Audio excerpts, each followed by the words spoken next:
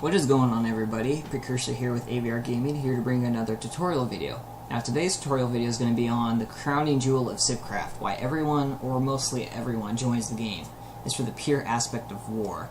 The ability to battle other people, dominate the world, take over civs, take over towns, declare your dominance, and be able to basically rule the server. That's basically why most people join, is because they want to be able to have a piece of that. So what I'm going to go ahead and show you what you guys have to do is how to declare war, first of all. Now, there's a couple of rules. Number one is you cannot declare war on someone 3 days before war. You can declare war on someone up to 3 days before wartime starts. Anytime after that, say like 2 days or 1 day or the night or a couple hours before wartime, you can't do that. You have to do it within 3 days before that. So once you figure that out, you can go ahead and do /civ dip declare, and this is where you want to be really careful, because you do not want to get the name of the civ which you're trying to declare war on wrong and declare war on someone else. That would suck, and that would not be a lot of fun. So /civ dip declare. The next thing you want to type is the civilization name. So we're going to go ahead and do fork. Yes, I'm declaring war on technically myself, and then we're going to go ahead and do war. And we are already at war with fork, so we're pretty much good to go. So once you have declared war on someone and it's now wartime, you can go ahead and gather your troops and start marching over the land and start taking over this town. So the first thing you want to start doing is you want to be able to locate the town hall. You want to know where it is. Or if you have something else in mind, you want to start basically damaging their economy and their environment. You can start destroying structures. So what we're going to go ahead is we're going to start destroying this one.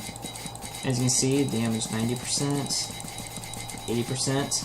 So each structure has a set amount of health points. Each structure is different. So what you want to do is you want to go ahead and go online to CivCraft or the wiki and look that up, since I have provided that information for you guys. So you can go ahead and look on there, see if you can solo it, see if you need a couple of people or a bunch of people in order to take over something like a wonder maybe. So that's the kind of stuff that you want to plan ahead of time. So we're going to go ahead and we're at 30%, 20%, we're almost there.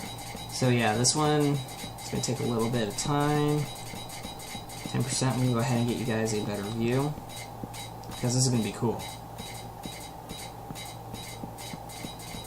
Kaboom! And so yeah, you can basically tell that something is destroyed because it becomes a fiery inferno from hell, full of gravel. And you can see it's already been destroyed, so you can't break anything anymore. So yeah, that's basically how you destroy structures. Now the ones you usually want to go for are ones that are going to affect their economy, their growth, their culture, their food. So things like granaries, trommels, banks, temples, cannon, arrow towers, defensive things. Those are the kind of things, trade goods, for example.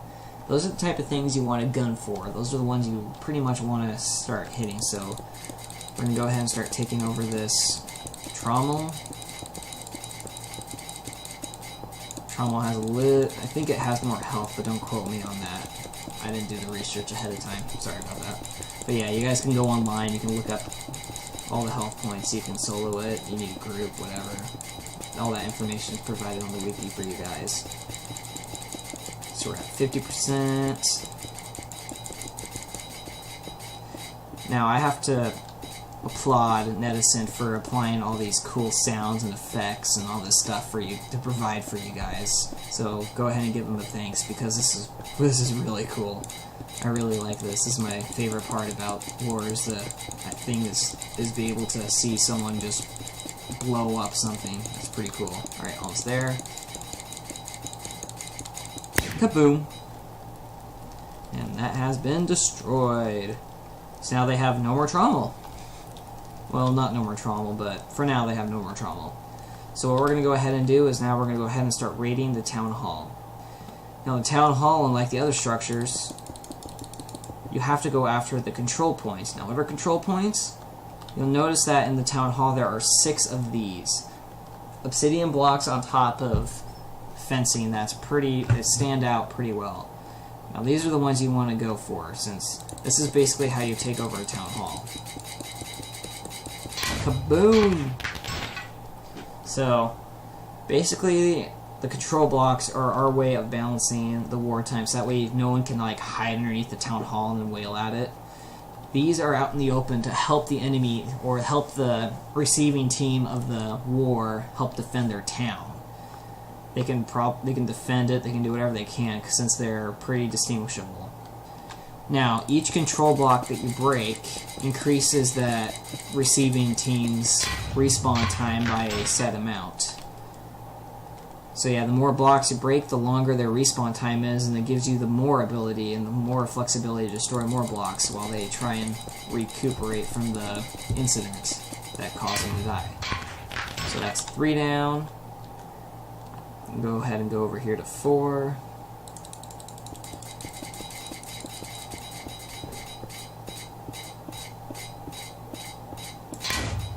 Kaboom! And there are 2 up here. So yeah, there's 2 on the bottom floor, 2 on the mid floor, then 2 on the 3rd floor.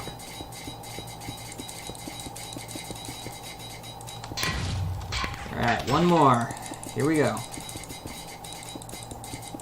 We're actually destroying the block faster.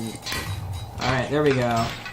And as you can see in chat, now the whole server will be able to hear what you did. So you can basically pat yourselves on the back, be like, oh yeah, because the town of Berthenbar has fallen to you guys. McDonald's is now the master of Fork.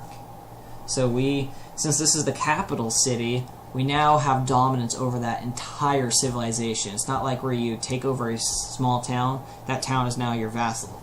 Whereas you go after the capital, all the towns within the Civ are now your vassal. So, yeah, you guys have won the war. So you can now go back to your town, you can do whatever you want, since now you have a vassal underneath you guys, and you guys are now the master. So what I'm going to do now is I'm going to go ahead and switch users. I'm going to go ahead and log back in as Precursor, and I'm going to go ahead and show you guys how to repair your structures and how you deal with being a vassal. So I'll be right back. Alright, and we're back. Alright, so what we're going to go ahead and do is we're going to go ahead and show you guys how to start repairing things. But as you can see here, the control blocks are still missing because we are still a vassal. Now, a lot of people ask me questions like, how do you not become a vassal? How do you claim your freedom? Well, basically, you can't. You have to wait an entire week. You have to be a vassal for an entire week, and then you automatically will regain your freedom. Now, within that set amount of week, there are advantages and disadvantages to being a vassal. 2 disadvantages are that you have to pay a % of your income to the master town. So basically, you fork up money and pay your master. And the other one is you cannot declare war on anyone else and make them become your vassal. You cannot declare war when you are underneath a master. Now, 3 advantages to being a vassal is that the master civilization, your town members cannot PvP, basically. They have to leave you alone. They can no longer attack you or your civilization members. Number 2 is that the civilization, the master civ, cannot perform spy missions on you, so they can't ruin you even further. And number 3 is after you gain your freedom back, they have to wait another entire week. So basically they have to wait 2 weeks before they can declare war on you again if they want to. So there's those. Now, paying your master civilization, each town level is different. So for example, if you're town level 1, you pay a significant less than someone's that's, say, a metropolis. So there's that also being, I guess that's both advantage and disadvantage depending on your situation. So there's that. Alright, now what we're going to go ahead and do is show you guys how to start repairing structures. Now each structure, since each structure basically has a set amount of health points, each structure could be different. Each structure that you repair is also different. I'll show you that here in a second. So what you do is go /build, repair, nearest, just like that. And as you can see right here, You want to make sure it's a trommel, so yes, it's the trommel. As you can see right here, it costs 2,500 coins. Each structure is different when it comes to how much it's going to cost you in order to repair it. So if you really want to repair this, what you go do is type that again, space yes, and it instantly becomes repaired. So now you can use it to its fullest extent again immediately. So once that's done, I believe there was another one that we lost in that war. So what we're going to do, oh yeah, here it is. And as you can see, it's still on fire. Another infernal from hell. Oh, I missed a zombie with gold armor. So yeah, what we do is we go / repair and errors. As you can see right here, unlike the trommel, which was 2,500 coins, this one's only 750 because it's a less important structure in our eyes. So, repair yes, and it has instantly been repaired. So now we can use our grocer again. So, yay! We are now completely repaired.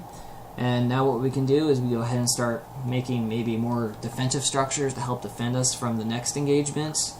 Or what we can do is repair ourselves or start using our town again and start regaining the economy that we lost. So, yeah, that's basically the ins and outs of war. So, thank you guys for watching. Please subscribe. Please visit our website at www.civcraft.net or visit our hosting site at us.shopo.net or visit our servers at us.shopo.net or eu.shopo.net.